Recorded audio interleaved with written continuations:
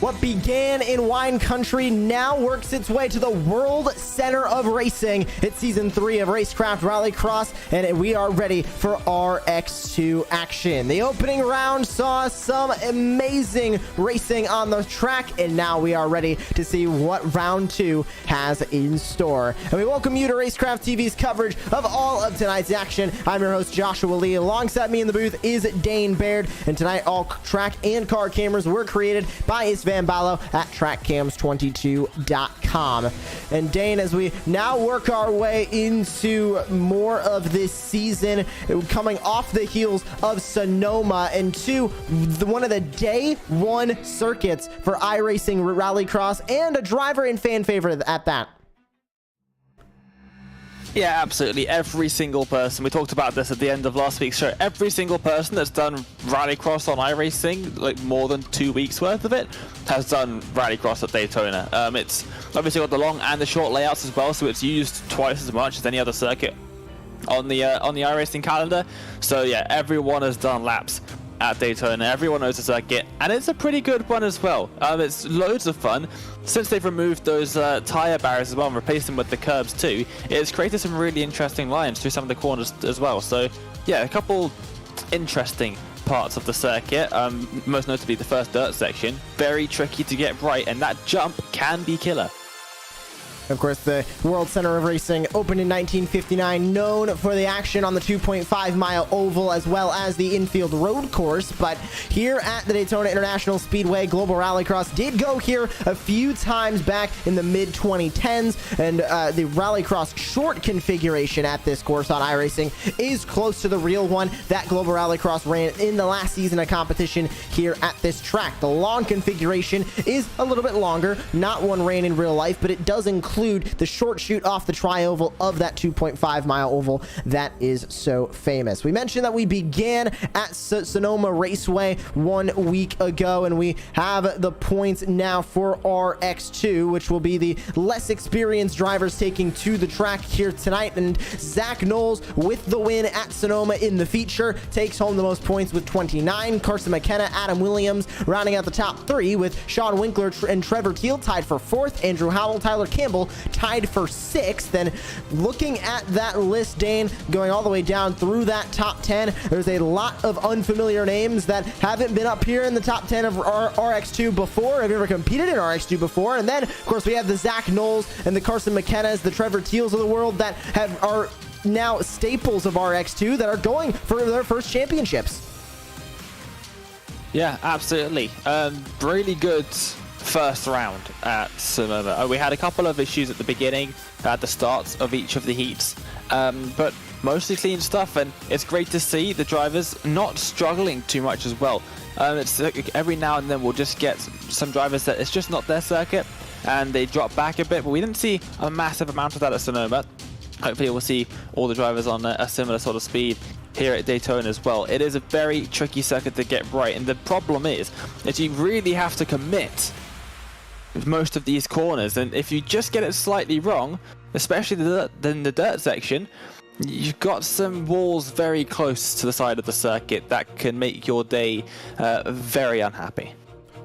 With about 45 seconds left here in qualifying, let's take a look at our Racecraft TV race analysis. 3 5-lap heats await us, with top 2 transferring through both of those heats, a 2 5-lap LCQs with the top 3 transferring, and that'll create a 12 competitor 10-lap feature at the end of RX2. 8x incident limit and a fixed setup. That's going to be the only thing that is different between RX2 and RX1 tonight. RX1 will have a 6x incident limit with an open setup on those cars, but 8x is here a little bit more for these drivers to get used to how these RX supercars race, and a fixed setup so they don't have to worry about exactly what's under the hood. They can focus on driving out here on the track. But qualifying is wrapping its way on up, and we're getting ready to see the starting grid for heat number 1 of RX2. It will be 8 drivers ready to take the green flag, and they will line up as follows for heat number 1. Carson McKenna will lead the field to green flag with Matthew Lind to his outside.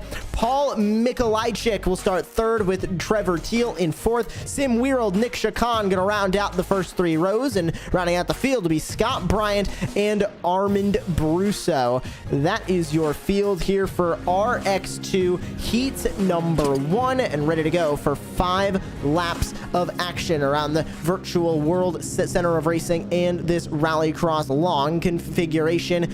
This track has produced some of the most amazing finishes in the history of Racecraft TV Rallycross, and we're getting ready to go racing yet again. Dane, what are these drivers thinking as they get ready to dive into turn number 1, which is technically the final corner on the track, but it's known as the International Horseshoe, but here it's used as turn number 1 off the start.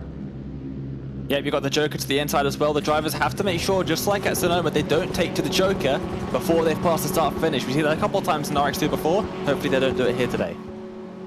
Ready to go green. Green flag is up. We're underway for heat number 1 of RX2. They all dive their way into turn number 1. 3 wide for second already. Is down to the inside. Goes Mikolajczyk. He tries to make something work down there. He'll try and take third along the outside. That's Carson McKenna down to the inside to go for third. He will get that third spot, but it's Matthew Lind ahead of Trevor Teal, Carson McKenna, Paul Mikolajczyk, and Sim Van Weirald rounding out the field. And back from there, contact made. That's Scott Bryant around. Looks like Sim Van Weirald and Armand Brusso also involved. 3 cars in the back of the field. Top 5 continue their way into the dirt section. I said the jump was killer. It's already claimed its first victim of the evening.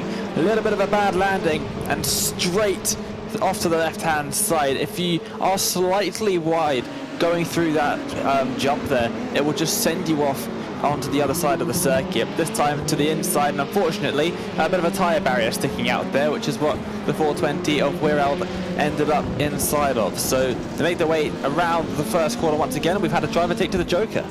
That's Trevor Teal in that Nitro Circus number 72 Subaru that has taken to the Joker lane. A little bit of damage to the back end of that car. We'll see if that affects him at all. But right now, at the front, after that Joker lap, doesn't seem to be affecting him too much. But interesting to note, Dane, is that now, as we run our way into lap number 2, Matthew Lind has already closed that gap on Trevor Teal, and he is going to take to the Joker this time by. He's within the Delta time that he will be able to retake this lead off of the Joker, but watch out for Trevor Teal. He's going to have momentum as they go into the dirt section, but won't be enough, and contact made for second, and Mikolajczyk goes around. Yeah, a little bit of side by side. Trevor maybe not quite aware there was a car on his inside out of the Joker. It's definitely a worry when you go through the Joker there on the exit. There's another car into the wall just in the background as we cut away. And one thing I did notice on the last lap, a couple of drivers getting slowdown penalties in the dirt section. If you cut over those blue curbs a bit too much, you're going to get those slowdowns, and they can get quite hefty.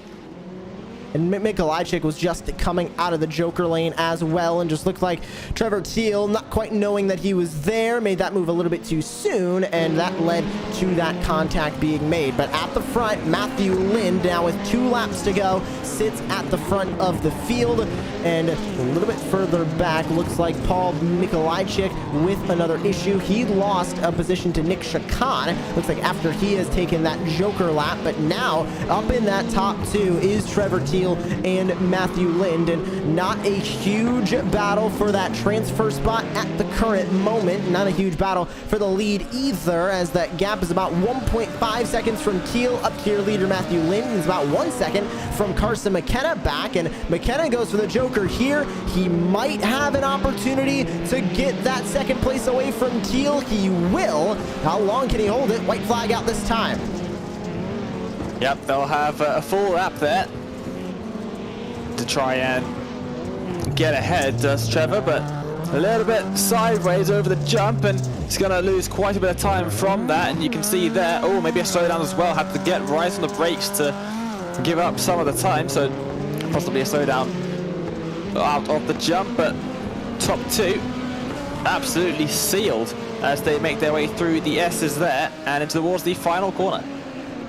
Final corner here from the virtual Daytona International Speedway. Heat number 1 over and done, and it's going to be Matthew Lind that is going to walk away with the win. It's Carson McKenna who will be joining him, qualifying to the feature. Those are your top 2. Everybody else will have to battle out of the LCQs. Teal comes home in 3rd. Mikolajczyk comes home in 4th. Nick Shakan will round out your top 5. And then the 3 that were involved in that opening lap incident, Sim Van Weerld's going to come home in 6th, and coming home in 7th will be Armand Brusso with Scott Bryant that is going to round out the entire field. He is finishing from the pit lane at the end of heat race number 1. Time to take a look at your starting grid for heat race number 2. And on the pole, it is going to be your current points leader in Zach Knowles in the 099. Andrew Howell will start to his outside 2nd place. Robert Kirtley rounding out that front row with those 3 cars. Hector Sierra will start 4th. Thomas Grady, a world championship competitor in the off-road championship series, starts 5th. And Racecraft's own Ian Fisher will start P6. Rounding out the field, it will be Hex Valentine and Rum Intanissen that is going to round out the 8 drivers ready to take the green flag here in heat race number 2. Interesting heat race number 1 there, Dane. A lot of Joker lap strategy that we saw. I remember going back to the iRacing Rallycross World Championship qualifying series in the last season, and it seemed like at Daytona, everybody saved that Joker lane for late, but here it was really just whenever these drivers needed to use it, they went out and did it. Yep, absolutely. All drivers seem to be on the grid, and we are going to go green for heat race number 2. And down into turn number 1, 3 wide for 2nd already as Zach Knowles gets a good jump in his Ford Fiesta. To the outside goes Thomas Grady. Legion Speed Sport colors on that 535, looking for the lead. He won't get it. He'll have to settle for 2nd place as it's a little bit of argy-bargy in the back, and Robert Kirtley ends up into the barrier. Yeah, a little bit side by side, and they almost went 3 wide there. A little bit of contact and into, the timing barrier there. It goes exactly, and that's not ideal. Obviously going to put them right to the back, so to the consolation, it looks like, for that driver to make their way back onto the dirt again out for hairpin. We'll see, does anyone take the Joker on the first time of asking? Zach Knowles is going to pass by it, so is Thomas Grady. Looks like Andrew Howell is going to be the one to take it. Down to the inside line goes Andrew Howell, and out of the Joker comes that Subaru, but it's not going to be enough. Zach Knowles is going to hold on to that lead. The points leader already looking stout in his first showing here at Daytona Long in Season 3 of RX2 action. Looking for that first championship as well, and looking to continue the streak of unique champions in every season. And World Championship competitor in the Off-Road Series, Thomas Grady, with a lot of damage to the front end of that Subaru, and went into the wall off of the dirt section. It was contact with Howell. I was about to say, needs to take the Joker this time by, otherwise he's going to get held up by Howell through these dirt sections especially. And you'll see here, just out through the right-hander, Howell runs a little bit deep, and then they just make a little bit of contact out of the corner, and around goes Subaru. Legion Speed Sport colors for Thomas Grady, and he goes into the wall off of that incident. But Zach Knowles still at the front of your field. A great run so far for Knowles in that now signature 099 of RX2. We'll go on board with him inside of his sim rig as he continues in that battle for first, which not much of a battle right now. 2 seconds separating Knowles and Howell back in P2, and still no Joker lap from Zach Knowles, but he is in the lead, Dane. And with a Joker lap to spare, this being a shortcut Joker being in the United States, he's pretty much in the catbird seat for this win. He can take the Joker and worry not. Yep, absolutely, and that's why, as you were saying earlier on, most of the drivers up in the pro level will take the Jokers, the shortcut Jokers at least, a little bit as late as possible. Obviously, the Joker strategy is very fluid. If somebody behind you takes the Joker and ends up in front of you, they're going to hold you up because they were behind you, of course. You want to take your Joker, you want to get out ahead of them. You don't want a driver directly in front of you if you can at all avoid it. So that's what the drivers will be looking for the most in terms of the Joker strategy. If it's a shortcut, leave it as late as possible. If it's a long lap, you might want to get it done early and try and catch up to the drivers ahead, but it all depends on the cars around you and where you're going to feed out. Taking a look at the 365 entry of Hex Valentine as white flag comes out here for heat race number 2. And there's Hex Valentine inside of his sim rig. Also streaming on Twitch tonight, twitch.tv/Dr. Hex. Dexon makes contact with Rum Antonissen in front, and the Antonissen gets sent through the dirt section a little bit sideways, but he's able to hold on to it. So is Valentine, but holding on to the lead and the win of heat number 2. How about Zach Knowles right where he's left off at Sonoma, back into Racecraft TV Rallycross victory lane as he ends up winning heat race 2. Yep, and across the finish line there. And keeps on going. Isn't exactly about to stop driving. It's always good to get practice. And one of the great things about Rallycross and dirt track racing in general is the dirt rubbers in. It shouldn't really rubber in, but it does, especially when it's on these sort of circuits, the temporary stuff, where it's on top of a layer of tarmac. It's a thin layer of dirt on top of tarmac. As you get more and more cars going through it, it just wears away all of that dirt, and eventually you get a little bit of a tarmac strip, and it handles completely differently. So it's really important for the drivers to get some laps in both fresh dirt and worn in dirt, because they'll drive completely differently, and as it gets more worn in, lap times you'll see them drop quite significantly. Dirt is going to start to wear in as we go into heat race number 3. Campbell and Dashalet will start on the front row, along with Russell Peterson in that number 59. Adam Williams will start 4th. Sean Winkler, Noel Hanna going to round out the top 6, and rounding out the field, it will be Joshua Abe, Shenandoah Shine colors, famously on that number 5, and he is ready to go at the back of the grid here for heat race number 3. The final heat race of the night. We'll see what other 2 drivers will make their way into the feature race off of the heats before we begin the LCQs. Green, green, green. We are underway. It's 3 wide. In the middle is Dashalet. He makes contact with that outside Subaru of Tyler Campbell, but on the inside, that will be Campbell taking the lead. Russell Peterson on the outside line will fall all the way back to P4. Campbell, Dashalet, Williams now into P3 with Peterson back from there, and issues over the jump for Russell Peterson. That Subaru goes around.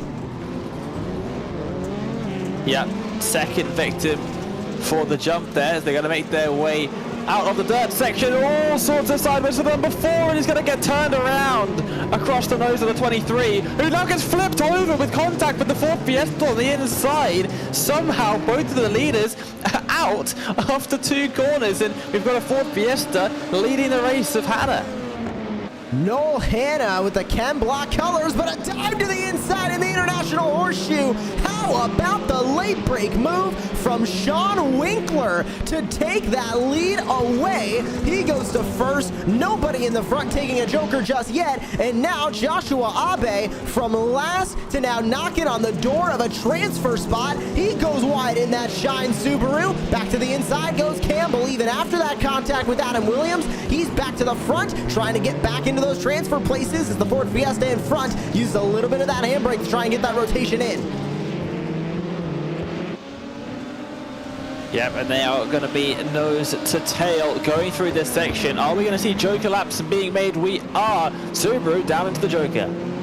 That's Tyler Campbell that is going to come out of the Joker now, side by side with Sean Winkler. Won't be enough to fully take that lead, but he will be enough to take into that transfer spot. So that puts Noel Hanna in his Ford Fiesta, the lone Ford Fiesta here in Heat 3, back to 3rd, side by side for the race lead. Campbell going to have the inside advantage, the left-hand hairpin coming up, but through the straightaway, the 17 had enough momentum to keep that spot, and Campbell goes way wide off the exit of that hairpin. Here comes Noel Hanna, now getting closer within striking distance as issue in the back. It looked like Joshua Abe and Adam Williams coming together for a moment. Saw some tire smoke. Yep, and Hanna has, of course, got the Joker lap in the bag as well, so catch up a little bit more, take that Joker lap, and it's almost a sure pass if you just keep the Fiesta on the straight and narrow for the time being.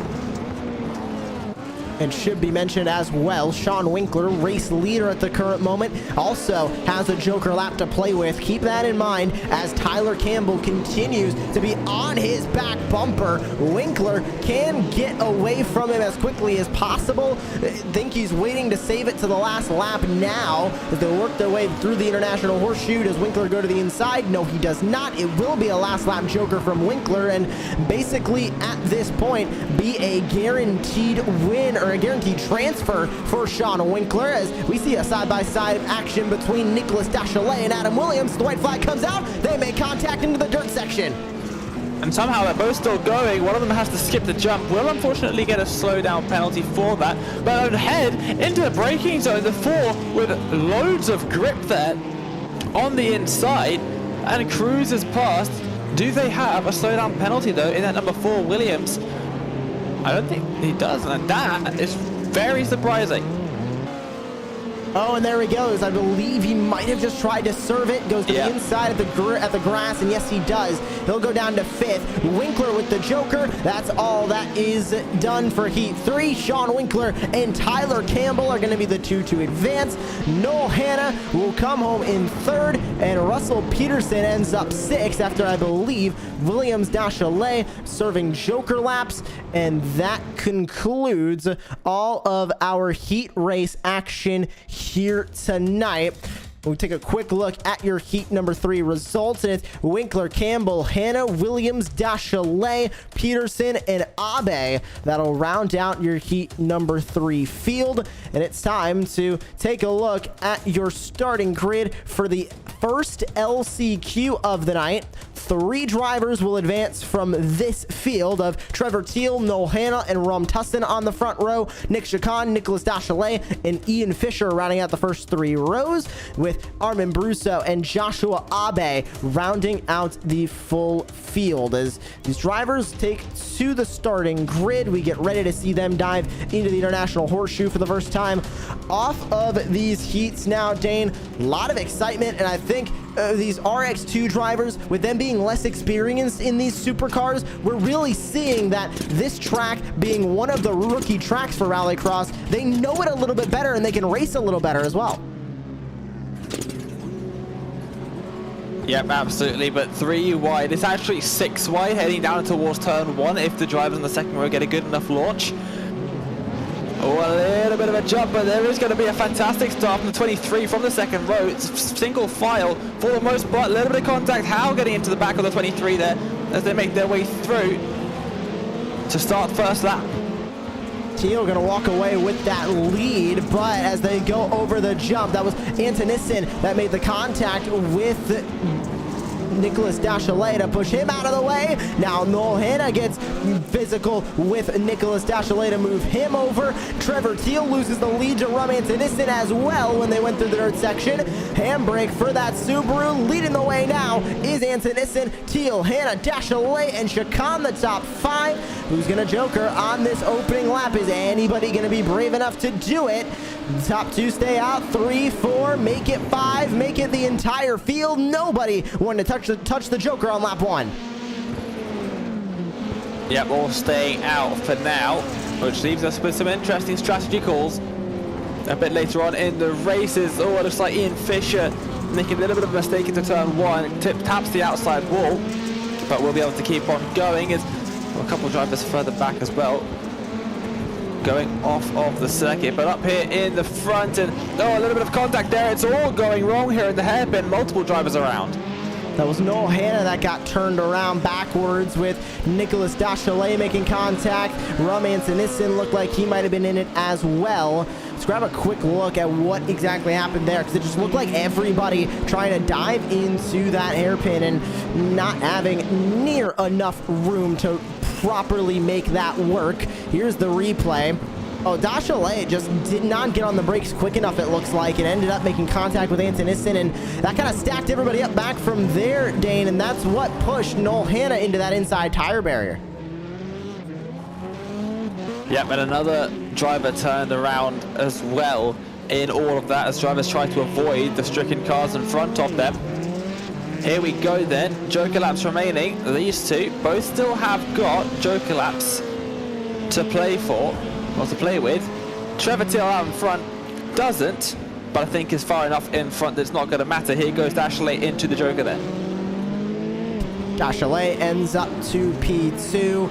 Nick Chacon stays P3, and he does have a decent gap between himself and what is now Rum Antonissim, because Joshua Abe, you can see the damage, a lot of damage to that Subaru, ended up making contact with the wall just a moment ago, and he falls from P4 to P6 and leaders around. That's Trevor Teal at the edge of the small dirt section. A little bit too much handbrake, it looks like, and now here comes Dashalet for the lead. He hits the turtle curb and sends both of them into the infield grass at Daytona.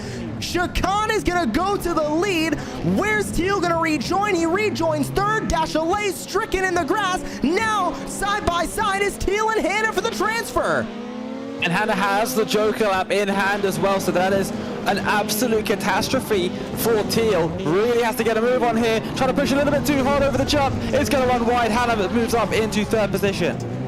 The Ford Fiesta of Hannah goes into the transfer spot with a Joker to boot. Nick Chacon is going to look for LCQ #1 win. Dashalet gets a little bit too physical with the 72 of Trevor Teal, and that is all she wrote for LCQ1. Taking the win, it's Nick Chacon with Rum Antonissim gonna come home in second place. Actually, Noah Hannah's gonna come home in second place, but it won't matter for the 298. He's still going to advance off of the third and final transfer spot. Unbelievable scenes here in LCQ #1. Just as we thought it was gonna be nice and easy, it ends up getting turned on its head, Dane. Yep, absolutely. And yeah, it seems like three pretty calm heat races, but the last chance qualifiers is always when everything goes down, and we get another one straight away. As you can see, their top three making their way into the feature. Let's see who's going to join them there in the B main. Ready for that second LCQ of the evening. Let's take a look at your starting grid. Hector Sierra will start on the front row with Paul Mikolajczyk in second place and Adam Williams starting to the very edge of that front row. Hex Valentine starts on the second row. Sim Van Weerld with him. Russell Peterson, and along with Robert Kirtley, Scott Bryant, Thomas Grady going to round out the full field of drivers getting ready to take the green flag. So we have 9 drivers here in LCQ2, and we're going to take 3 of them and advance them into the feature race tonight. Ready to see how this LCQ is going to go, because if that first LCQ is any indication, Dane, we're going to have some fireworks here. Yeah, we definitely are, as the drivers, once again, 6 wide there across the 2 rows. They funnel into a part of the circuit where you can barely go 3 wide, so it's a massive bottleneck into this first corner of the race. Waiting on Scott Bryant to take to the starting grid, and then we will get underway. And it looks like he won't take to the starting grid. We are racing here in LCQ #2, and it'll be 2 wide down into the first corner. Hector Sierra with the lead, but he hits that turtle curve to the inside, and through goes Mikolajczyk and Williams. Beautiful move from both of those Subarus to go to the front. Thomas Grady gonna say thank you very much and take third. Sierra falls to fourth. Now gonna have to fight from outside of those transfer spots in one corner, goes from the front all the way to the back, as it looks like a tie-up further back between Van Weerld and Valentine. They fall to the edge of the field with Grady now to P2, and Paul Mikolajczyk with an issue. He gets turned around with Sierra and involving Robert Kirtley. And the number 24 cannot get a break here, as into the wall, forced into the wall. No fault was owned at all as they make their way into the hairpin. Definite point where checkups will happen. And oh, it's the lock up of the brakes for the number 7. And that's what causes all of that chaos. It looked like, Dane, as well, they were both serving slowdowns. The 177 of Mikolajczyk looked like he was serving a slowdown. Same thing with Sierra, and they all just kind of stacked up. And like you mentioned, absolutely no luck for Robert Kirtley. Couldn't buy it even if he wanted it. And unfortunately, that's going to move Kirtley basically out of this race now, P8. But top 3, nobody has Joker just yet. Williams, Grady, now Russell Peterson in third. Mikolajczyk from fourth is going to Joker. and now he comes into P3. So Mikolajczyk, even after that small incident in that Fisher Motorsports entry, will go to the edge of those transfer spots with about 1 second separating himself and Grady now for second place. Yep, and Williams and Grady both having that Joker lap in hand. Very crucial stuff. Mikolajczyk is going to be in a little bit of worry. Joker lap already taken. Peterson just behind. Still has the Joker in hand. So we'll see how that plays out with just a couple laps to go. Quickly running out of time now for Russell Peterson to get back into those transfer positions as he sits about 1 second now back of your current leader, current third place driver, which is now Thomas Grady. After he goes wide, Mikolajczyk goes through, and the battle for second place now is going to continue as Russell Peterson trying to insert himself into the front of this field. And we go on board with Russell Peterson in the number 59 and watching that battle for second place still continue on. That's really now a battle for third as Mikolajczyk goes wide, and now it'll be a battle for second as Russell Peterson goes into third. And if you just hold on to the back of Grady here, it's almost a short P2 as well with the Joker still in hand. Oh, and Peterson over the turtle curve. He got pushed a little bit inward by Thomas Grady in that dirt section, made contact with Mikolajczyk, but in that contact was able to keep him at bay behind him in fourth. All of the top three still with a Joker to play with. To the inside line goes Adam Williams, and he is looking for a walk-off LCQ2 victory. That's exactly what he's gonna get. How about Grady and how about Peterson? Both save Joker laps for the last possible moment, and both will advance into your main event tonight. What a way to finish out our LCQs, as grabbing the win is Adam Williams in the 4. Thomas Grady comes home second. Russell Peterson, Paul Mikolajczyk, Sim Van Weerld the top 5. Robert Kirtley, Hector Sierra Jr., and Hex Valentine all going to be heading home, unfortunately, tonight. Williams, Grady, and Peterson move in to the feature race. Whew. Heat races and LCQs are over and done. And Dane, what a night we are already seeing. And this is just RX2. We still have RX1 to come later on tonight. But as we work our way into the feature race of LCQ, I think one thing is abundantly clear, is that these drivers at this track feel very, very confident compared to Sonoma 1 week ago. Yeah, and that's simply because they've all raced here before. I think there's probably more than a couple of drivers who have not raced Sonoma Rallycross before now. But definitely Daytona, a very familiar circuit for all of the drivers. Not just in Rallycross as well. We've seen a lot of our drivers in RX2 coming from the short course stuff. Well, the rookie license in short course used the Rallycross free circuits as well. So they still would have done Daytona, maybe just in Pro 2 light trucks. So it is a very well-known circuit by the drivers, so it's not a massive surprise, of course, that we are seeing them looking so comfortable out there. And of course, the field taking to the track now for the warm-up period as we get ready to go racing tonight. But one of the drivers that we know we have to watch out for and is going for 2 feature race wins in a row is the number 099 of Zach Knowles. He's looking for 2 in a row and also looking now for a championship off the heels of Connor Berry's domination of RX2 in the last season of Racecraft Rallycross. Knowles has a lot to play with here as he tries to have another season to hold a candle to Connor Berry, who only lost, I believe, 3 feature races in the entire year. Yeah, exactly. And yeah, proving why that 099 is right up at the front consistently in these races so far this season, doing a fantastic job here at Daytona as well. So I really want to watch out for the rest of the season as well. Obviously, we know how quick Zach can be. So yeah, definitely good to see him proving that out there at the moment. We'll see now as the drivers are going to get ready for that grid in the feature race. 10 laps this time, so much longer for the drivers to play with.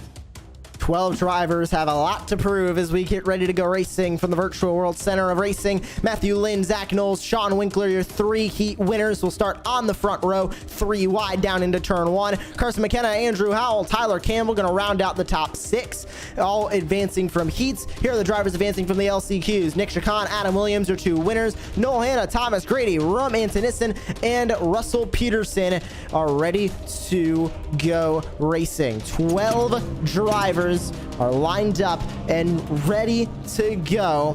Matthew Lynn, Zach Knowles, Sean Winkler, the 3 winners of our heats, will lead this field into turn number 1. Through the heats, through the LCQs, we'd have seen a lot of fireworks, a lot of beating and banging. What are we gonna see when we go feature racing from Daytona Beach? Let's go green and down into turn number 1. It's a great start from Zach Knowles. Watch that Ford Fiesta on the outside, but watch the Subaru on the inside. Lind is gonna outbrake himself, and away goes Zach Knowles to the lead. Winkler gets turned. It looked like a self-spin for him as everybody tries to bottleneck themselves into the dirt section, and the top 3 get away. Back from there, it's Howell and Chacon rounding out the top 5 as they continue to be a hornet's nest and fight for real estate closer to the back. Zach Knowles with already a 1-second lead to the front.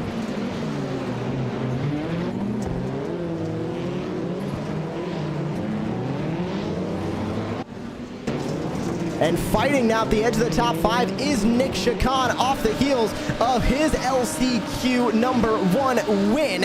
And fighting at the front, Zach Knowles to the lead by 1.1 seconds over the rest. And Carson McKenna, Adam Williams, Andrew Howell now move Tyler Campbell up to P6. He is the only driver on that opening lap, Dane, to come into the Joker, and he covers off Matthew Lind over the jump by just a few inches. Yep, absolutely. And some really great racing going on here in this feature race. There's a couple more drivers coming out of the dirt section now, side by side, and a big send up the inside as well. The drivers goes all the way wide. It's the 37 of Campbell to serve a slowdown penalty. Goes way wide down into P9. Anybody else going to elect to take the Joker? Nobody at the front, but Zach Knowles in the lead right now is pulling away from Carson McKenna as the 11 machine continues to try and keep Zach Knowles reeled in. It's going to be tough. We know how competitive that 099 is. We know how strong he is, but a little bit loose through that dirt section. That's going to cut his lead almost in half as here comes McKenna within 7/10 and looking for that spot into the hairpin. Both of them get through clean, but how dominant can that Subaru be over that leading Fiesta? The Fiesta, not a car we see a whole lot in iRacing Rallycross, and neither driver taking to the Joker. I'm going to keep an eye on that for the rest of the field. So far, only 1 driver's made their way down into the Joker in this feature race so far, and nobody looking to join Campbell in that crowd. Battle for first continues on as we go on board with the 099 of Zach Knowles, using those turtle curves to the inside, trying to get as much momentum through that dirt as he possibly can. And back to the tarmac they go. And still close at the front. McKenna is definitely there. He can compete with Knowles. He just needs a little bit of a boost to make that gap just a little bit smaller. Do you think, Dane, the Joker lane strategy might come into play here? If McKenna can get the clean air, get out in front, do you think he can get out of the Joker lap delta and leave Zach Knowles in P2?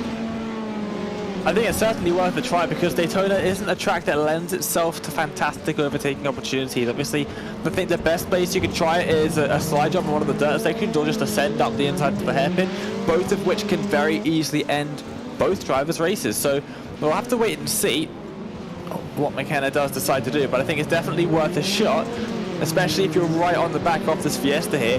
Just send it down the Joker. What's the worst that can happen? There's nobody in front of this group to get in their way, so yeah, go down the Joker, definitely send it. Adam Williams, Andrew Howell having a fun back here, and there goes Carson McKenna into the Joker and into the lead. So now this becomes interesting because that gap is only about 7/10. They work their way through the dirt. Now Zach Knowles pretty pretty much is going to Joker this time by, or else he will lose out to this Joker overcut that Carson McKenna is attempting, and you can see how close they already are. McKenna's a sitting duck now as Knowles gets ready to dive into the Joker lane. Absolutely, as we'll see here, surely Knowles to the Joker. No, Knowles stays out. So very surprisingly, stays out, and you'd think, go for the Joker straight away and get out back in front. Track position is key in Rallycross, but no, stays out on the circuit.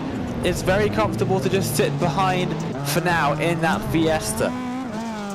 I'm wondering, Dane, if maybe Zach Knowles might think that he's better at keeping him reeled in than trying to pull away at the front. Maybe he thinks he's better on offense more than defense, which seems to be adding up as he's staying within about 5/10. Question is, when it is going to be too late to take that Joker if Carson McKenna starts to pull away? It is always a worry. Make a slight mistake, it's much easier to keep someone behind you if you make a slight mistake through a corner than it is to keep someone from pulling off into the distance out in front of you. So for that reason, I think it's a no-brainer to go straight down into the Joker. We'll have to see how this pans out and maybe have a chat with him after the race in the interviews. But yeah, it's definitely an odd decision, I would say. It's not massively out there, but definitely something that I personally wouldn't do.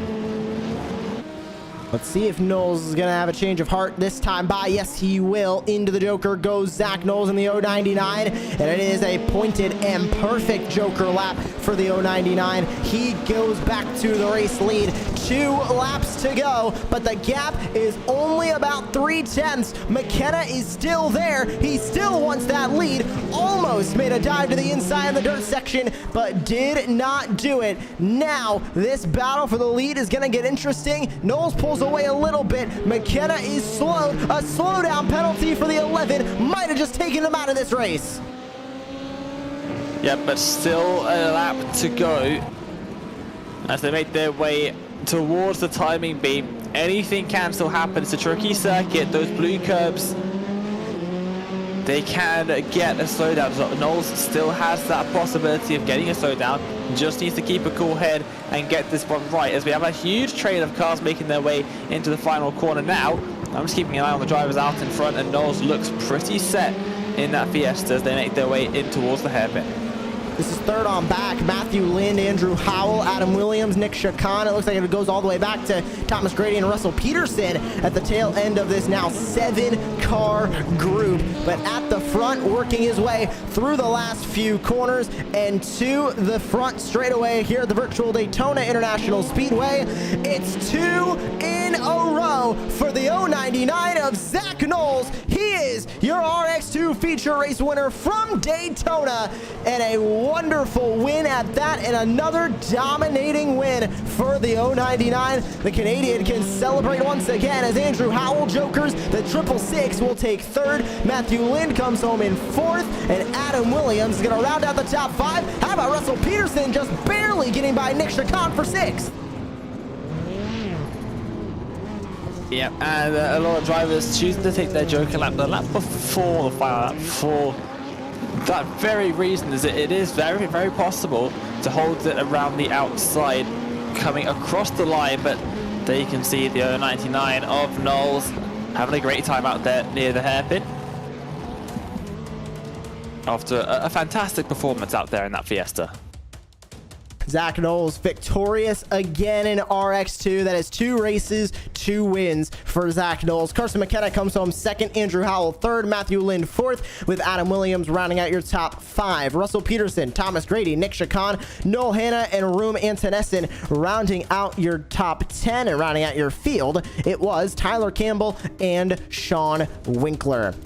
Time to get started with the post-race interviews here at the virtual Daytona International Speedway. And remember, we still have more RX action coming up tonight. We still have RX1. Some of the professionals of iRacing Rallycross are ready to take the green flag. They're racing same track and immediately following this post-race show for RX2. So let's get started with it. Zach Knowles joining us in the broadcast booth now. And Zach, congratulations. 2 races, 2 wins for you. This one's gotta feel especially good, and that you're starting to dominate this series. Yeah, that one was awesome. I decided to give the Ford a first try. I think this is the first race I've ever done with the Ford. And after some practice laps, I really liked how it handled. Switched up to the Ford and did good for me this time. And moving forward in this campaign now, Sonoma to Daytona, 2 wins. Is this going to be your championship run? We still have a lot of the calendar left to go, and a lot of different racetracks at that. We won't go to any racetrack twice. I'm definitely hoping for that championship. I mean, I think that's why we're all here at the end of the day. But if I can make all the races, I'll have to go for that championship now that I'm, got a decent lead here and 2 races in a row. Nothing better feeling than that. And of course, if you do win that championship, it'll be a graduation up to RX1. So have you been studying the RX1 guys, some of the more professionals with the more experience, to pick up on some tips? Yeah, thankfully I'm on Jim Beaver Esports, so I'm in a team of Jakob and a couple other guys, and they're insane. What they can do and what they can accomplish lap after lap blows my mind. I can't comprehend it, honestly, but it's pretty amazing. And congratulations, Zach, on your RX2 feature race win tonight. Go celebrate with you and the team. Congrats. Thank you very much. Just want to give a quick shout out to ZK Designs, my own painting business, Jim Beaver Esports, General Tire, Next Level Racing, Rigid, I'm a Vision Wheels, and I have some friends and family watching. Shout out to them. Big shout out to, I forgot. But shout out to Racecraft. Thank you very much, guys. Appreciate it. Definitely the win clouding your mind a little bit there, but congratulations once again. That is Zach Knowles, your race winner here in RX2 action. And we'll talk as well with one other driver from RX2 tonight. Tyler Campbell was one of the faster machines tonight, and he's standing by with our Dane Baird. Yeah, well, Tyler, welcome to the broadcast booth here, and a pretty interesting couple of races for you out there. Just talk things through from your perspective. Yeah, so I think it's a lot of just not having the pace when it counts, when it really gets bunched up. I've never been super consistent at Daytona, but it felt like I just got shuffled back and shuffled back and shuffled back, and there really wasn't much to do about it. I would like to say thanks to one of my teammates, Francois Martel, who's in RX1. He's been amazing with the lap guides and just giving overall tips. He's super quick. And, I felt really confident coming into this season. I just feel like I haven't had the consistency down. And but it's, overall, it's been pretty good fighting with these guys. It's interesting. I feel really dominant in qualifying in the heats, and I get into the feature, and there's nothing I can really do. So I think I just need to go back and rewatch a couple of them and see what I'm doing wrong. But yeah, it's just been a rough start so far. So hoping I can get back and get this Team Watson Racing Setups car up a little bit higher in the next couple of them, because I definitely feel like I have a chance to get at least top 3 in the championship. Zach's been running great. He's amazingly consistent. So I think he might be hard to catch, but I'm gonna do my best to get there. Yeah, he is definitely going to be a fierce competitor. Just looking ahead at the next round real quick, Brands Hatch, a very difficult circuit in my opinion. What are your thoughts? Yeah, Brands Hatch is absolutely one of those. That was actually the first, let's see, so last season I did last seasons of NASA, and that was the first time I had ever driven on that track in a Rallycross car.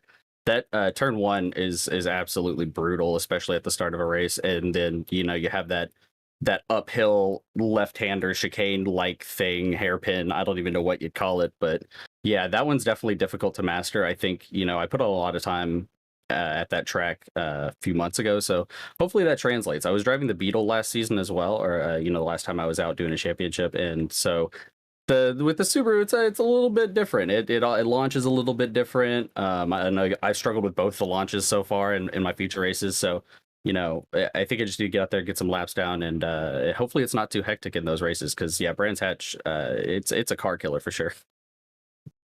Well, thank you so much for joining us, and we will see you next time at Brands Hatch. But Josh Lee, we have got a very interesting happening here. I think we ran slightly over with RX2 here. Yeah, and it also looks like an issue with the session as well. We did not have a practice period at the beginning of this session. So this is RX1. We are joining in the end of heat number 1. White flag just now taken. So we had 5 minutes of qualifying, and that was it looks like. It looks like we had a practice as well, but it wasn't long enough. So we are joining in at the end of heat race number 1. Jacob Rafoss currently leads, then Josh Fox, Josh Clogg, Francois Martel, Luke Knupp, Brian Sawyer, Seth French, Daniel Michael, and Josh Edmondson, the 9 drivers in this heat. Jacob Rafoss is going to grab this win with a Joker lap as well. He works his way in and will come across the line as your heat race number 1 winner. Josh Fox will come across the line as your heat race number 2 winner. So that will be heat race number 1, and we apologize for not bringing you any of that coverage except for the last lap, finishing up RX2 and having to switch over to the RX1 session. Just had no idea that this was fully going on, so we fully apologize for that. But we are already ready to get started with heat race number 2, and it will be Tommy Makinen who will start on the pole, Robbie Larill in second, Christian Rafas Lindo third, David Schofield fourth, with Marcus Palacio rounding out your top 5. Carlos Cabanella will start in P6, and rounding out the field it will be Ryan Murray, Aiden Irving, and Steve Ainge. 9 drivers again here in heat race number 2, and thankfully we'll be able to watch the start of this one as we get ready to go back to racing. But Dane, Tommy Makinen on the pole here for this heat. He was our winner back in Sonoma, looking to make it 2 feature race wins in a row, just like Zach Knowles did in RX2. Yep, absolutely. Keep your eye out on Larill in the middle there as well. You got to take into account it is very easy for the drivers to lock up on the inside. It's not a line you usually take it. Very dusty there. Green flag in the air. We're racing here for heat race number 2. Makinen with a good start to the inside. Larill trying to make something happen in the middle. He got that nose out there, but to the inside goes Makinen, and to the inside went Christian Rafas Lindo, who almost turned around the Black Star Racing entry of Tommy Makinen. Larill goes wide. Off of the jump he goes. Completely misses it, but stays on the racetrack. Carlos Cabanella now going to go to his outside, trying to fight for third, as Larill with that slowdown penalty will serve it. Schofield to 4th, Palacio to 5th. And they'll all try and file their way somehow through the hairpin, and it looks like they've all done that successfully, very cleanly as well. So nobody getting stuck up there like we saw a couple times in RX2. These drivers very aware of what's going on around them, which is crucial in Rallycross, especially when you essentially add a third dimension to things with the dirt and being sideways so often around the circuit. Up and over the jump goes Carlos Cabanella, now in 3rd, having to catch up to Christian Rafas Lindo, who leads that transfer group. He sits in 2nd place, that final transfer spot of the heat. Tommy Makinen with a dominating performance out in front at the current moment, looking to hold on the best he possibly can as he races at the front of this field. We'll go on board with that number 95 machine of Tommy Makinen. Last week's feature race winner at Sonoma, and already Dane looking to do that again here at Daytona, showing some incredible speed last time by. 39.889 on the board. And still not a driver to the Joker, so they're all still saving it. And this is what we often see, only a couple times by the Joker they will have. So it's going to be interesting with the Joker strategy, especially a little bit in the midfield where it's so close between the drivers. One of them clipping the wall on the inside of the hairpin, though. It's going to bunch them up even further. Rafas Lindo starting to pull away from that final transfer spot as here comes Cabanella, Schofield, and Palacio into the International Horseshoe. And Palacio stays off the Joker lane and over braking. Who is that? That's Ryan Murray, completely missing the braking zone, goes way off the track down into P9 as Robbie Larill with the Joker lap and almost gets turned over the jump. He does, and hard into the wall. And stuck almost on the jump as well, so really tricky for the drivers to get back going again. But it's still Makinen out in front by a mile, with Lindo following in behind. We'll see as the Jokers surely will start piling in here. And to the Joker lane went David Schofield. That won't put him into the transfer spots. That only puts him to P3 with Makinen and Lindo. Now the top two, still with Joker laps to boot, and they are looking to walk away with 2 transfer positions into the feature race. Makinen and Lindo, the 95 and the 24. We didn't see much of Christian Rafas Lindo in the first round of the RX1 season here for season 3 of Racecraft Rallycross, but now him back in that number 24, looking to go right back where he began. He's into the feature. Tommy Makinen with the heat win. He continues on where he left off at Sonoma, and they both are advancing into the feature race. So those 9 drivers come across the start-finish line, and what a heat race that was, Dane. Coming down to the wire there with the Joker laps, and we're seeing exactly what we talked about in the middle of RX2. These drivers are saving their Jokers to the very last possible moment with these pros. Yeah, they definitely are. Lap 4 and lap 5, I think that's all we're going to see, unless something, well, unless something dramatic happens with some of the drivers. I don't think we're going to see anybody taking their Joker before then. It's really not that worth it to do it so early. Obviously, the gaps are going to change a lot, but the last couple of laps is when you're really going to see where that Joker is going to put you. Ready to go for heat race number 3. Garrett Maynes, Connor Parisi, Alexander Abetti, Renato Postigo, Benjamin Forster, TJ Staver with Cohen Adert, Alexander Poteet, and Alexander Russell. Ready to go, green flag racing here from Virtual Daytona. Again, the final heat race of RX1 is underway, and on the inside and getting turned at the back, that's Cohen Adert and Alexander Poteet. Garrett Maynes now stuck in the middle in that neon green Elliott Sadler Esports entry as Connor Parisi goes to the front. Next Level Racing, Jim Beaver Esports, and General Tire colors at front.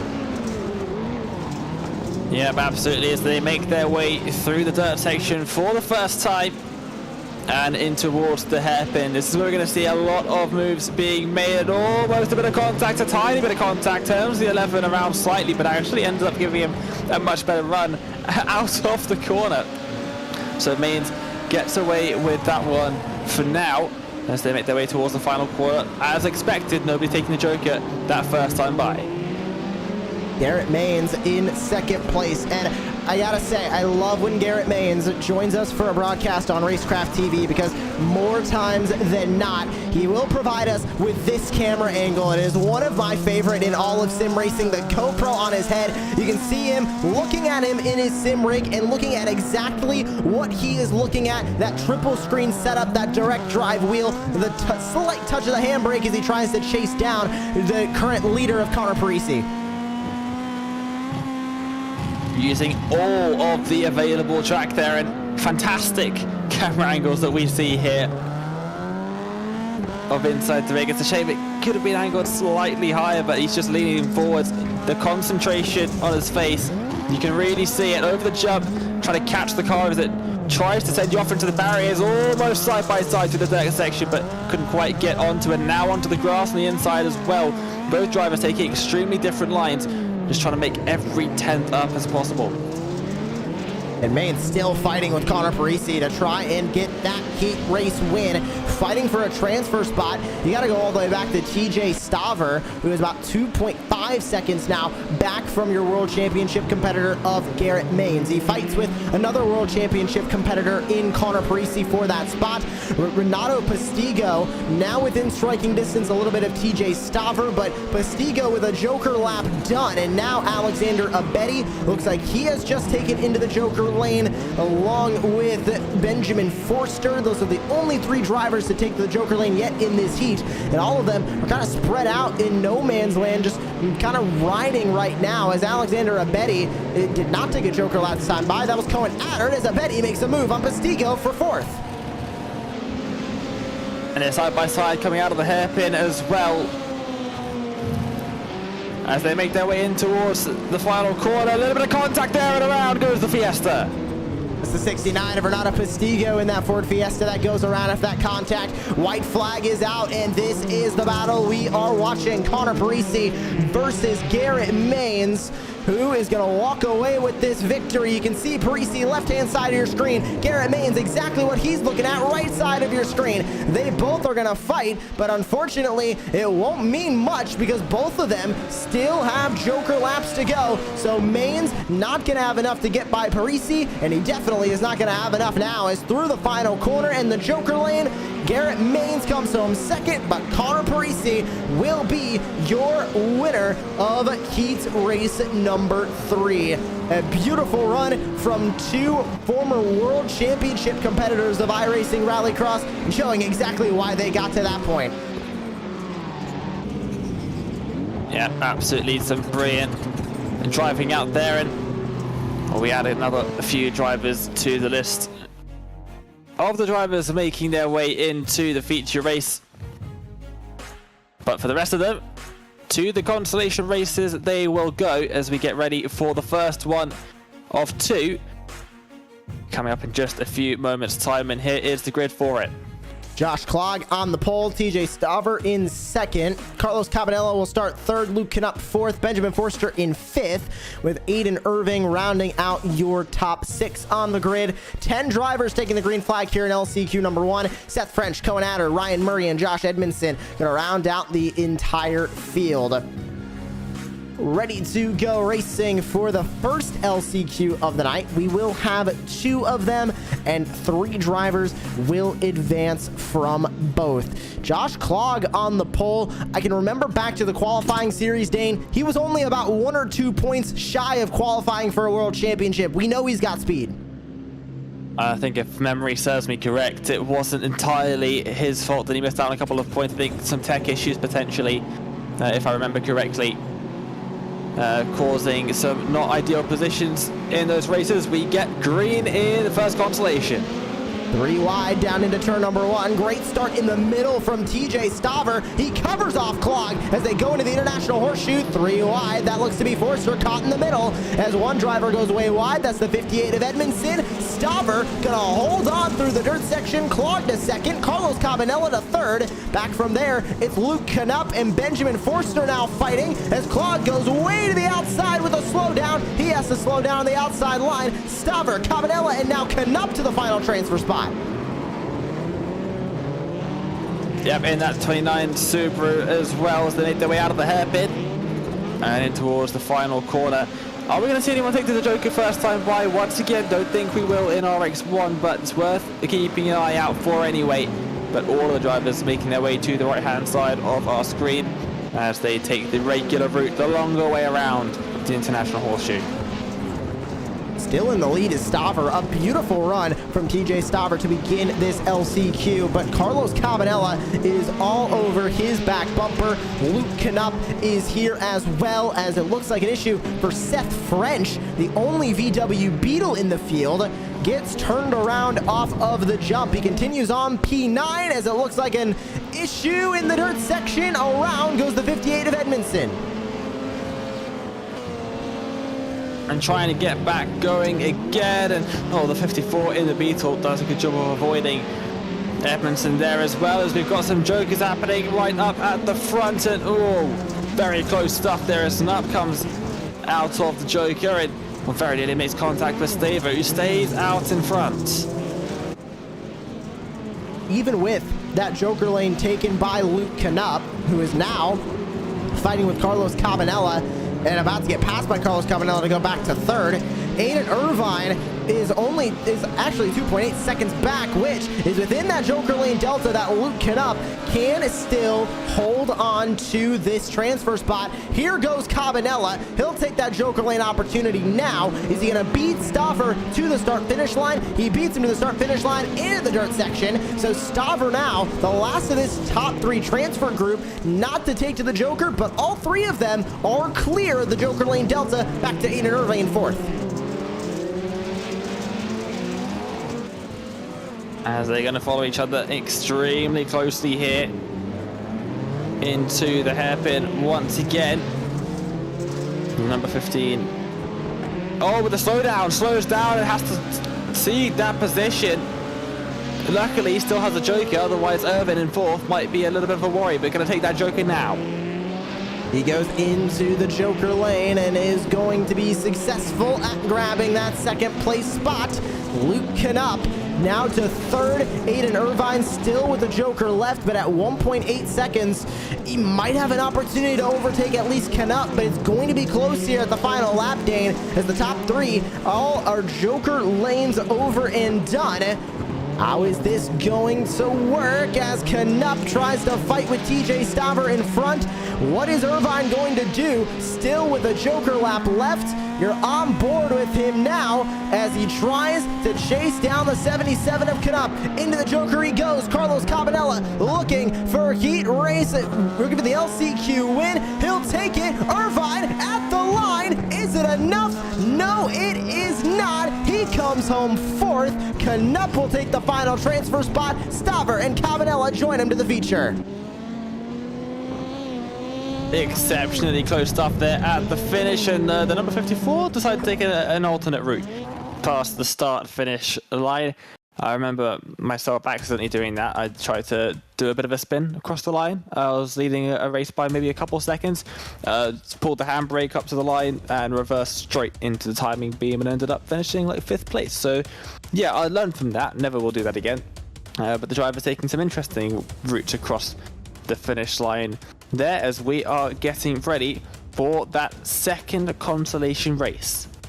David Schofield, Francois Martel, Alexander Abedi front row, Marcus Palacio, Brian Sawyer, Alexander Poteet, Steve Ainge, Daniel Michael, Alexander Russell, Robbie Loril, and Renato Prestigio. Gonna round out the field. We are green flag racing for the second LCQ. And as they go to turn number 1, we'll settle out to 2 wide. Schofield on the inside in the 20, looking for the lead. He'll take it as Alexander Abedi gets caught on the outside line. Marcus Palacio goes for second. Can't get there. He'll settle for third as hopping that turtle curve. Francois Martel cattywampus over the jump into the grass, almost into the tire barrier. Doesn't make contact, but he loses all the spots to P11.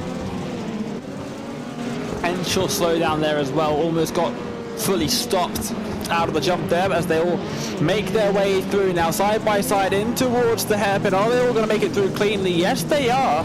Great start here. Great clean start here in the second last chance qualifier. We'll see if anyone in this massive group opts for the Joker. I think if we're going to see someone lap 1 Joker, it's going to be now. Don't believe anybody decided to. Oh no, Prestigio did, and so did, I believe, Francois Martel. That was right behind him. Yes, it is. So Prestigio and Martel Joker. So did Robbie Loril, but all of them are outside of those transfer spots. And another issue at the back, that's Daniel Michael that went for a spin off of the jump. At the front, in the transfer spots, it's Schofield, Betty, and Palacio. All of them still have yet to Joker. As they make their way down now towards the final corner once again. Out in front still the number 20. No more Jokers from anyone in the top 5. It starts to pull out a bit of a gap here as well, and that's quite important. The last thing you want if you're Schofield here is for a Betty or Palacio there to take the Joker and wind up just in front of your even worse side by side. It's just going to slow you down massively, and then you get under risk from the drivers outside of that cut line. Alexander Abedi still sits second. Palacio still sits third. As Schofield leads the way by a comfortable margin now. Steve Ainge in 5th has Francois Martel to try and deal with for that 5th spot as Martel battles from 6th. But 2 laps to go in this second LCQ, and it's pretty calm to say the least up here at the front, Dane, because these top 3 with Brian Sawyer in 4th. If Sawyer jokers, it's going to be close, but at this point, he's only going to catch up to Palacio. So Palacio has to try and get by Alexander Abedi as quickly as he can, because here comes Brian Sawyer to insert another name into this Joker lane battle that's going to come into play on what looks to be the final lap as Abedi and Palacio stay out. Here comes Sawyer into the Joker. That is pretty much the only strategy he had, and he's going to go into 3rd for the moment. Can he hold on into the dirt section as they take the white flag? brilliant move there from Palacio to stay ahead, but how long is it going to be for? Of course, has the Joker, but now Abedi on the outside, going slow. Are they going to come out side by side towards the hairpin? No, they're not, and Sawyer wants to get involved, sends it up the inside towards the hairpin, and makes contact with Palacio, turns him around, but has helped him in towards the final two corners they go. Both of them are going to have to take the Joker here, Abedi and Palacio, so it looks like they will stay in these positions, but Sawyer did as much as he could, couldn't quite make it up into the top three. Schofield into the winner circle in LCQ2. Abedi and Palacio round out your transfer spots. Brian Sawyer, a valiant effort, but he comes home fourth. Steve Ainge, Francois Martel, Robbie Larrill, Alexander Russell, Alexander Poteet, Daniel Michael, and Renato Prestigio are going to round out the field for LCQ number 2 on the night. And we get ready for RX1 feature here from the virtual Daytona International Speedway. And we'll now get a proper opportunity to really take a look at what is at stake tonight for RX1.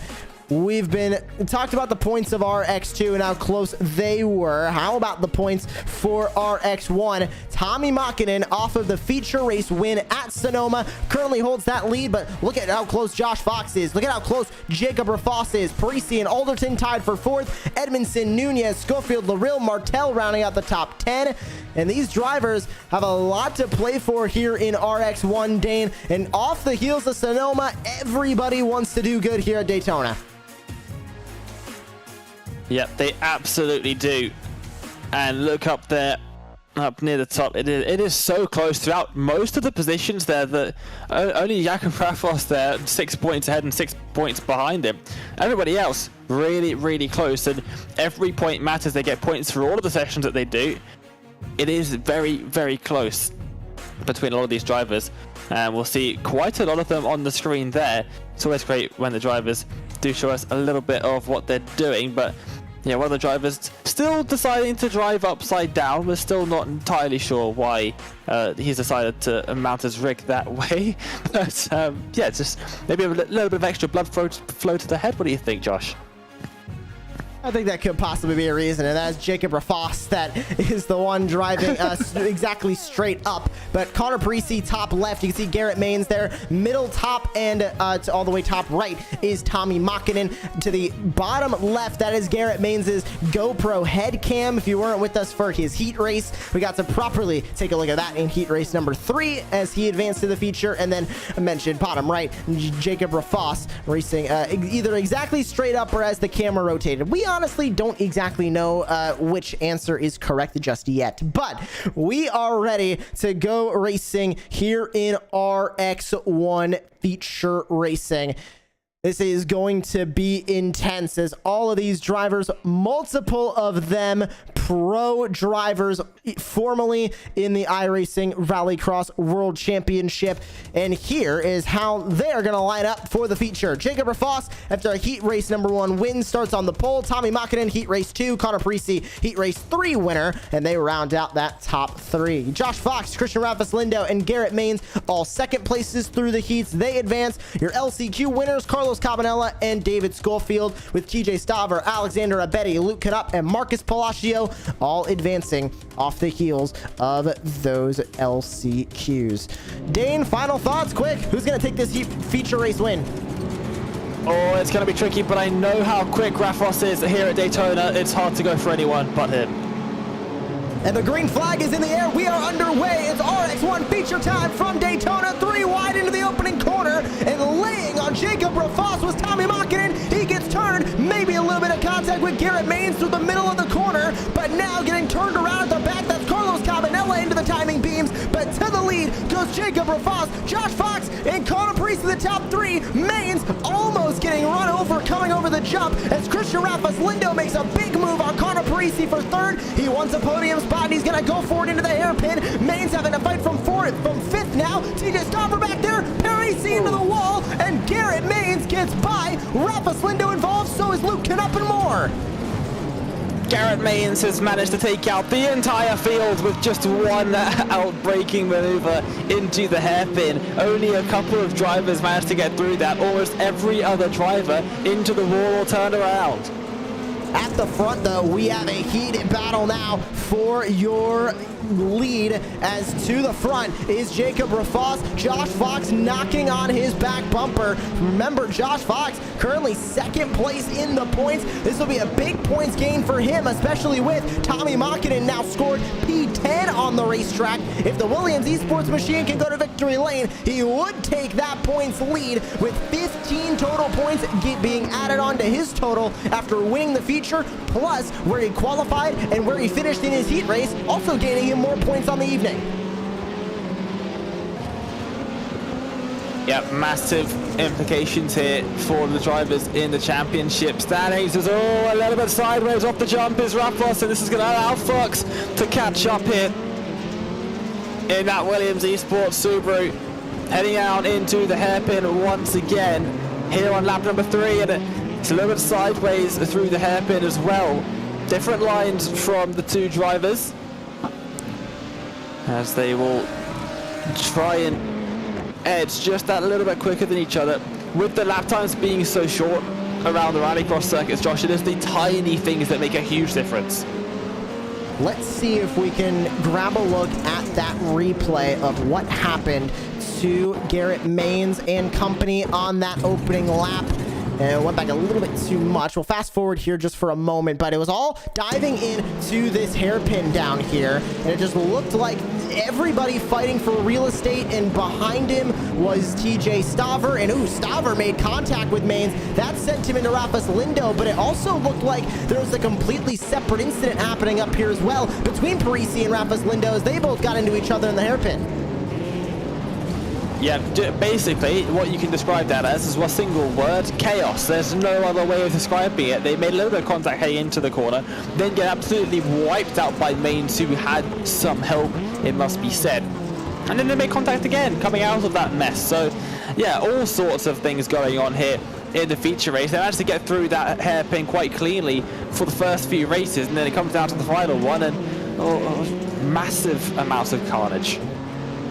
And this battle for the lead now has stretched out just slightly. Jacob Rafos is in the lead. Josh Fox in second. Garrett Maynes now in third, trying to catch up to this group. All of them still have Joker laps left in their bag, but when are they going to take it is the big question. Last time by, Jacob Rafos continuing to run slightly faster laps than both of the drivers behind him. 39.926 for Jacob Rafos last time by. Josh Fox a 40.018. Garrett Maynes 40.036, as now Josh Fox with a slowdown brings Garrett Maynes right to his back bumper. What can the 31 do? A little bit of a tap, a little bit of a tug of the handbrake, and into second goes Maynes. A beautiful move for the LA Sadler Esports Subaru. Yeah, fantastic stuff there from Maynes, and still a lot of jokers still to be taken, as they are on to lap 6 of 10 now, into the second half of the race. We'll see how these Joker strategies start to play out. It's likely that, Josh, we're going to see the first one on lap 8. Maynes and Fox back to side by side. A little bit of a hip check from the 12 to the number 31, as now into the hairpin they go. Maynes able to hold on, albeit not by a lot. I'll tell you what, Jacob Rafos is loving what he is seeing in his mirror right now, because with 3 to go this time by, Maynes and Fox, when they continue this battle, now 4 seconds separate Maynes and Fox from the 13 of Jacob Rafos in the lead. Make it 5 seconds as they go back to the dirt section.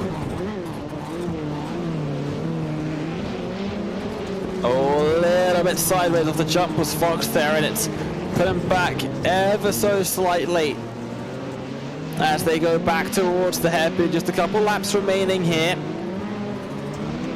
Who do you think is going to take the Joker first? I think it has to be Fox, surely.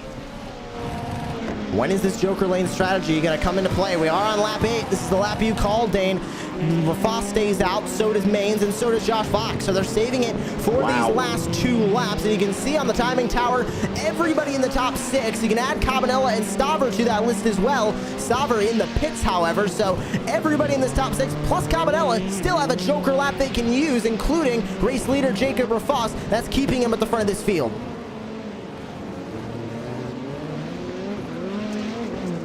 Just a couple turns separating Rafas from victory here, but Mange and Fox still close. So Fox has to take to the Joker. I think Mange is going to cover him off here, to be honest. Proved wrong immediately. Neither of them take to the Joker. So it looks like at this point, Mains knows it's the 2nd place. Josh Fox knows it's the 3rd place. They're trying to secure solid points on the podium. But at the front, Jacob Rafas is looking to come away a feature race winner. Tommy Makinen won the RX1 feature race at Sonoma 1 week ago. And now young Jacob Rafas is looking to take that title. It was an intense feature race. We saw a lot of chaos at the beginning of the race, but at the end, it will be Jacob Rafas. He is a Racecraft Rallycross winner in RX1. He takes home the feature race win at Daytona.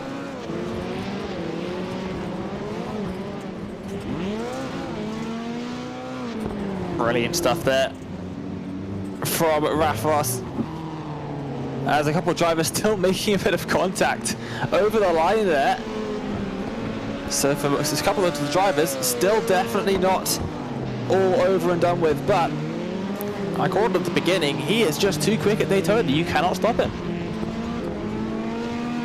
What a race, what a performance from Jacob Rafas to get the win in RX1 feature race, the 2nd round of the season, and Rafas ends up with the win. Garrett Mains ends up 2nd, Josh Fox 3rd, Christian Ravas Lindo 4th, Connor Parisi rounding out your top 5, Marcus Palacio 6th, Carlos Cabanella in 7th, Davis Schofield 8th, Tommy Makinen 9th, with Luke Canup rounding out your top 10.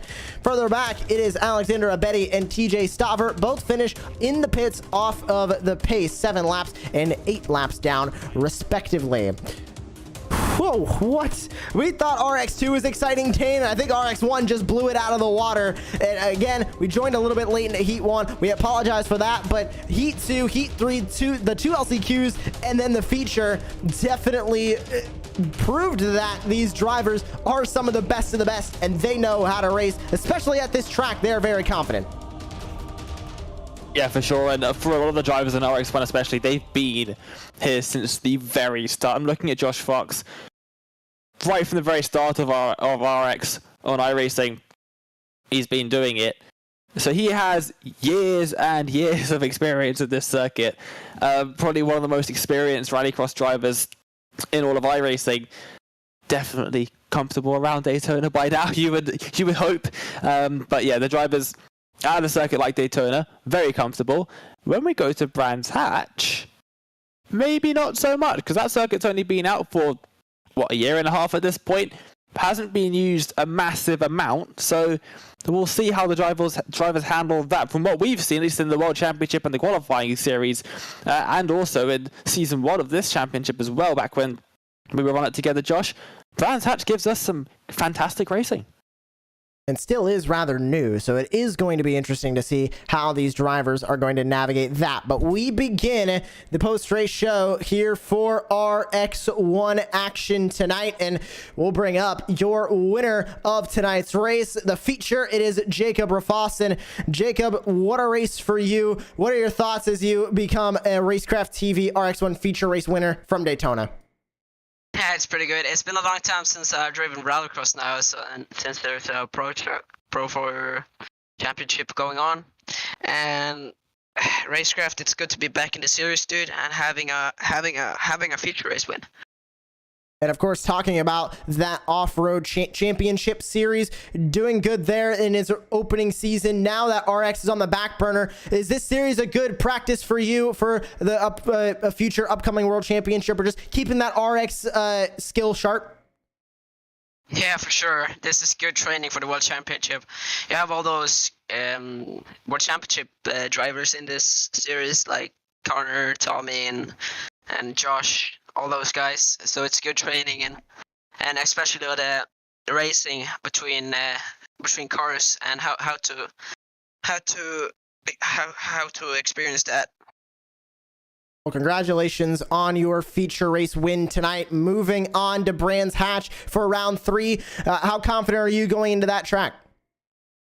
I'm pretty good at that track, so my confidence there is pretty good. I might be a win there, I don't know, but everything can happen in Rallycross. But yeah, my confidence there is pretty good. I feel good there. Congratulations again, Jacob. Congratulations for your RX1 feature race win tonight. Thanks, and I'd like to thank General Tire, Dirtfish, Next Level Racing, and all the guys at Jim Beaver Esports. That was Jacob Rafas, your RX1 feature race winner tonight. And we'll transition over to Garrett Mains. He's making his first start of this season of Racecraft Rallycross. He's standing by with our Dane Baird. Well, Garrett, back at it again, and some fantastic racing that we saw from you in that feature race, but I want to bring it back to the start of the feature race. Talk us through what happened there from your perspective, because we saw there was a lot of contact going on. I think half the field goes around at some point in the hairpin on lap number 1. What did you see? I think there was a bit of a connection issue with a few people, and I got shuffled up in the first corner, and I had no idea that Carlos was there. That was all me, just trying to get down. I was trying to file in, and I didn't know he was down there. But after that, man, there were a lot of checkups and people taking it cautious, and I just kept getting driven through. There was one that there was a bit of a gap, but it definitely just shoved me straight off into him. And the second time into the hairpin, I just got blasted. It was a rough start. I had some pretty bad toe damage from that lap, but I don't really know how I was able to keep the pace I was. Josh, I think, got the same slowdown I did, so he fell right back to me, and we got to battle it out. But man, I feel like if I had just qualified a little bit better, not put myself on the top of 3, for the heats or for the feature, I could have been in a better position to maybe battle it out with Jacob. But I didn't quite put it all together today, and honestly, I got to be happy to take home second. Well, we are going to Brands Hatch next, and it's a circuit that is obviously still fairly new to the iRacing service, one of the newest circuits alongside Charlotte. Talk us through your thoughts on that circuit, because we've seen you have some massive battles over the last year and a half or so in the World Championship qualifiers, the World Championship in this series, so all sorts of different things. What do you think of the circuit? You know, I've never liked Brands Hatch, believe it or not. I remember me and Bergeron had one heck of a brawl last year in this series, but I'm actually probably not going to be here for that race. I missed the first round. I'm probably going to miss the third round, and hopefully I will be here for the rest. But, it's unfortunate. I was actually hoping to compete full-time for this season, but it looks like I'm going to miss 2. I think there's 2 drops, so But I guess we'll see how it all plays out. Hopefully we can come back in the points. I think maybe I missed a few races in the first season too, so I mean that came down to the wire, but let's see if we can do it again. I did just want to have one final word. It's just actually a thank you to you for the incredible coverage you allow us to give with the GoPro on top of your head. It is so awesome to see the camera angles as we see it side by side in the broadcast now. It's so awesome to see the camera angles that you're able to provide us, both face cam and what you're seeing. So yeah, thanks for that. It's really great. Yeah, absolutely. And before I go, I got to give a huge shout out to ChevyLiners.com, Leaf Filter Gutter Protection, guys at Colleague Racing, Elliott Sadler Esports, Lennox, MCU Body, and everybody that's helped me in the Rallycross stuff over the years. And big thank you to Josh for putting this on. It's been a blast. This is like the only high level Rallycross series that I know of, and a lot of guys have come back to run it. So it's definitely a lot of fun. Well, thank you so much for being a part of it. We'll miss you at Brands, but we'll see you back in a couple of weeks' time then. Yes, sir.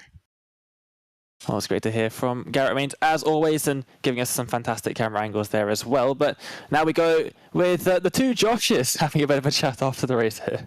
I believe it's again the two Joshes are having a chat post-race. It's Josh Fox joining us in the broadcast booth. Third in the feature race tonight for you, Josh, but especially coming into tonight, second place in the points, and with Tommy Makinen finishing all the way down in ninth, I know this has got to be a decent third place finish for you. You can't feel too bad about it. Nah, not too bad. Could have been a lot worse today, but definitely a bit annoyed to give up a pretty safe P2. It's been quite a long time since I've given myself a slowdown penalty in an actual rallycross race, so it took a really long time to clear it and let Garrett get up to me, and yeah, just wasn't too sharp after that. But yeah, not too bad, and we'll move on. And moving on is right over to Brands Hatch, and still one of the newer circuits, first European circuit we're going to go to on the calendar. Where's your confidence level at? And now that you're going to take the points lead heading into the third round, can you keep that points lead? Yeah, I think so. Got a bit of work to do there. It's a long track, one I felt that I've had to put more work into being one of the newer ones, and just understand what it takes to get around there the best. But yeah, full confidence to do it, and looking forward to it. And we look forward to seeing you compete at Brands Hatch. Josh, congratulations on your third place finish here at Virtual Daytona, and congratulations on now taking the points lead. Let's see if you can hold it. Yeah, thanks a lot. Have a good one, guys.